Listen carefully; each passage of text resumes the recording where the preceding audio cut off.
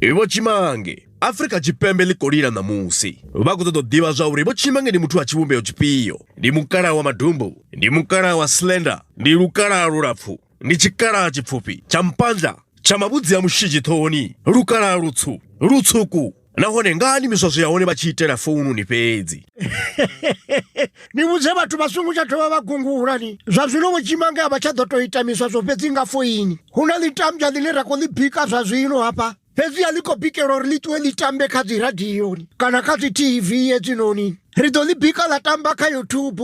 Hey vana, YouTube vakwamba YouTube. Ndikwamba yeneyo mwananga. Zvino matsina ifi YouTube ni, ifi YouTube. Zvinorofura chanele ya hone hapa. Zvinebe iwe nikoti ori subscribe hone. Oh, vovura channel ya hone. Inera kufanira uri subscribe kayo, tiri? Nifanira ori ni subscribe hone. Usubscriber. Kabape, usubscriber. Usubscriber. Tiri ni kwamba zvene zvona, ndiri usubscriber na. Vamba zvene zvo vachiri mini? Ndori usubscriber.